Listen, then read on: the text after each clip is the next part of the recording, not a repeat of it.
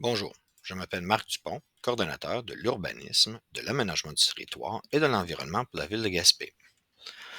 Lors de la séance ordinaire tenue le 17 avril 2023, le conseil municipal a adopté par résolution le premier projet du règlement 1156-11-63.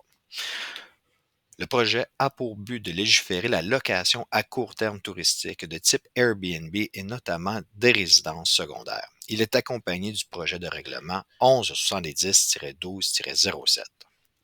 Lors de la séance ordinaire tenue le 17 avril 2023, le conseil municipal a donné un avis de motion conformément à l'article 114 de la loi sur l'aménagement et l'urbanisme et provoque conséquemment le gel de l'émission de tout permis ou certificat pour l'usage d'établissements touristiques général, et ce sur l'ensemble des zones du plan de zonage en vigueur, sauf dans les zones AF 102, AF 104, AF 105, AF 106, AF 107, AF 110, AF 111, AF 112, AF 114, AF 115, AF 135, AF 137, AF 149-1, AF 155, AF 163-1, AF 170, AF 176, AF 183, AF 186, AF 187, F 138, F 150, F 177, RT 141, RT 156 et RT 160.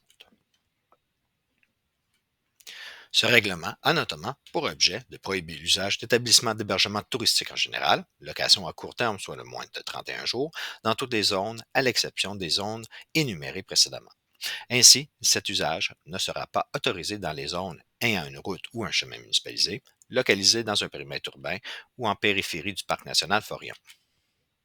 Le règlement n'aura pas pour effet d'interdire la location à court terme des résidences principales.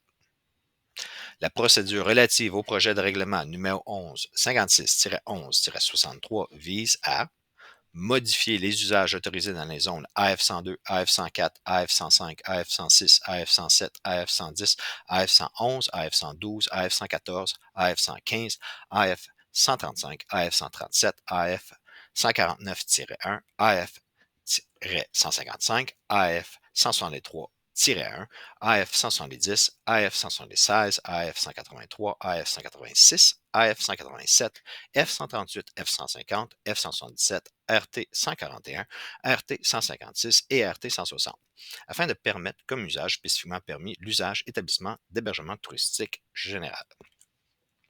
Ajoutant l'article 11.1.3, établissement résidence principale. Ajoutant un deuxième paragraphe à l'article 12.4, roulotte de voyage. Ajoutant l'article 14.3, établissement d'hébergement touristique général. Modifiant l'usage hôtel, motel et maison de touristes 5830 à l'article 3.2.11 de la classe d'hébergement d'envergure C10. Modifiant l'usage hôtel, motel et maison de touristes au point 2, commerce et services du tableau à l'article 21.4, nombre de cases de stationnement. La localisation des zones constitue l'ensemble de la municipalité.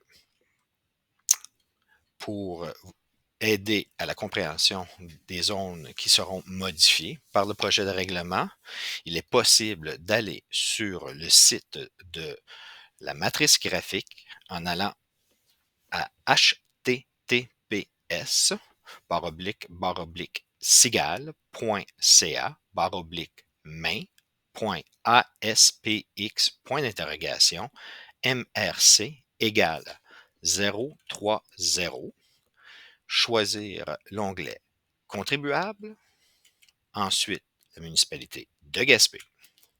Ouvrant la page, les zones identifiées en jaune seront les zones qui, eux, autoriseront spécifiquement l'usage d'établissements général touristique, et ceux en blanc seront les zones qui prohibitent cet usage.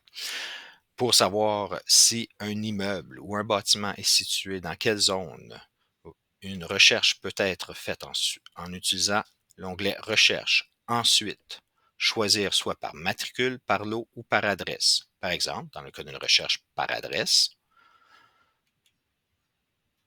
une page ouvrira. Vous pouvez ensuite, il est possible de rentrer le numéro civique du bâtiment et choisir Zoom à côté de ce numéro civique. Ceci permettra ensuite d'identifier quelle zone que l'immeuble est situé dedans. Si la zone est illuminée, identifiée comme jaune, les établissements d'hébergement touristique général sont permis.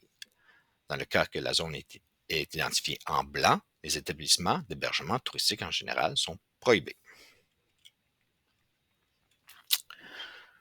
Modification proposée. Il est proposé donc de permettre l'usage spécifiquement permis établissement d'hébergement touristique général aux zones AF102, AF104, AF105, AF106, AF107, AF110, AF111, AF112, AF114, AF115, AF135, AF137, AF149-1, AF155, AF163-1, AF170, AF176, AF183, AF186, AF187, F138, F150, F177, RT 141, RT 156 et RT 160. Pour ce faire, leurs grilles de spécification seront modifiées aux dispositions particulières à l'usage spécifiquement permis en ajoutant établissement d'hébergement touristique général. Ensuite, au chapitre 11, modification opposée aux services complémentaires à une habitation est d'ajouter l'article 11.1.3 pour se lire établissement de résidence principale. Un logement peut être offert en location à des touristes contre rémunération pour une période n'excédant pas 31 jours, si les conditions suivantes sont respectées. 1. Qu'il est la résidence principale du demandeur. 2. Que le projet doit être conforme à la loi sur la qualité de l'environnement et aux règlements édictés sous son emprise. 3. Que les autres dispositions des règlements d'urbanisme doivent être respectées. Ensuite, au chapitre 12, construction et usage temporaire, il est proposé d'ajouter un deuxième paragraphe à l'article 12.4, roulotte de voyage. Les roulottes servant à des fins récréatives ou de voyage sont autorisées aux conditions prévues ci-après. Deuxième paragraphe se lira hébergement touristique. La location d'une seule roulotte de voyage offerte à des touristes contre rémunération est autorisée. La roulotte de voyage doit être implantée en cour latérale ou arrière et sur un terrain où est localisée une habitation de la classe d'usage unifamilial isolée H1 et située à l'extérieur des périmètres urbains. Cette roulotte de voyage est assujettie aux conditions énumérées ci-dessous, ainsi qu'à toute autre obligation du présent chapitre. Ensuite, au chapitre 14, dispositions pour certains usages commerciaux. En ajoutant l'article 14.3, établissements d'hébergement touristique en général. Les établissements d'hébergement touristique général servant à des fins récréatives sont assujettis à l'obtention d'un certificat d'autorisation. Cependant, les classes d'usage d'hébergement léger C9 et hébergement d'envergure C10 sont exclus du présent chapitre. L'usage établissement d'hébergement touristique général doit avoir un numéro d'enregistrement valide délivré par la Corporation d'industrie touristique du Québec pour offrir ses services. L'usage principal doit obligatoirement être accompagné d'un bâtiment principal affecté spécifiquement à cet usage. L'usage ne doit causer aucune fumée, poussière, odeur, chaleur, gaz, éclat de lumière, vibration, ni aucun bruit plus intense que l'intensité moyenne du bruit normal environnant de la rue et la circulation environnante, au-delà des limites du terrain. La preuve que les limites permissibles ne sont pas dépassées incombe au demandeur. La Ville peut exiger une telle preuve afin de s'assurer que les règlements soient respectés. La Ville peut exiger que les bruits encombrants de nature intermittente soient assourdis au moyen de dispositifs efficaces. Un répondant doit prendre les mesures nécessaires afin que les touristes de l'établissement dont il est responsable ne commettent pas d'infractions aux diverses dispositions réglementaires municipales. Il doit, notamment, être accessible en tout temps par téléphone, être en mesure de se déplacer sur les lieux d'établissement d'hébergement touristique dans un délai de 30 minutes, lorsqu'il est sommé de le faire par un agent de la Sûreté du Québec. Tenir et informer l'exploitant de toute infraction alléguée aux dispositions réglementaires énoncées au présent article. Ensuite, il est proposé au chapitre 3, classification et description des usages,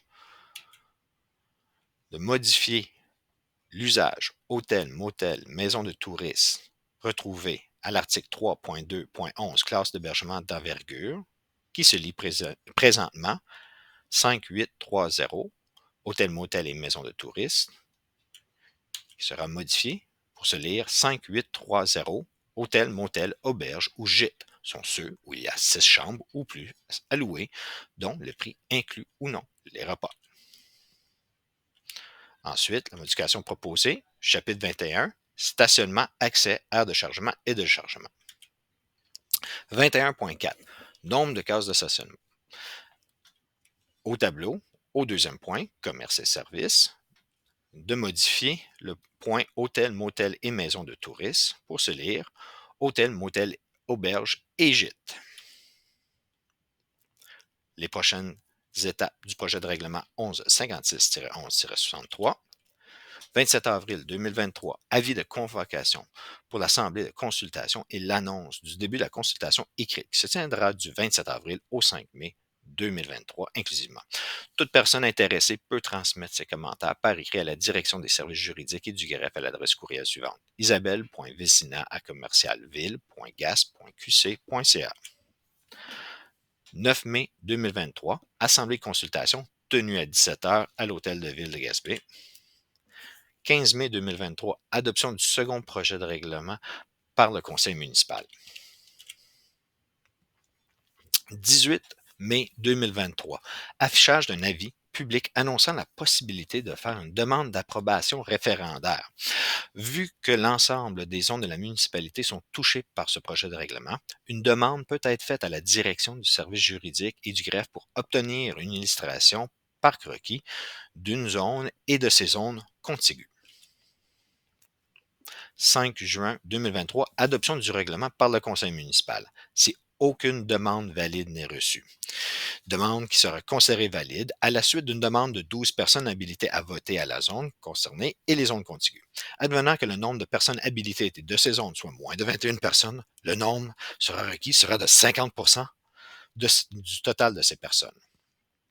Dans le cas où il y aurait une demande référendaire de déposer, le conseil municipal peut décider de soit procéder à la tenue d'un référendum ou cesser à la présente demande. Ensuite, suivi d'un certificat de conformité de la MRC de Côte-Gaspé et l'entrée en vigueur du règlement.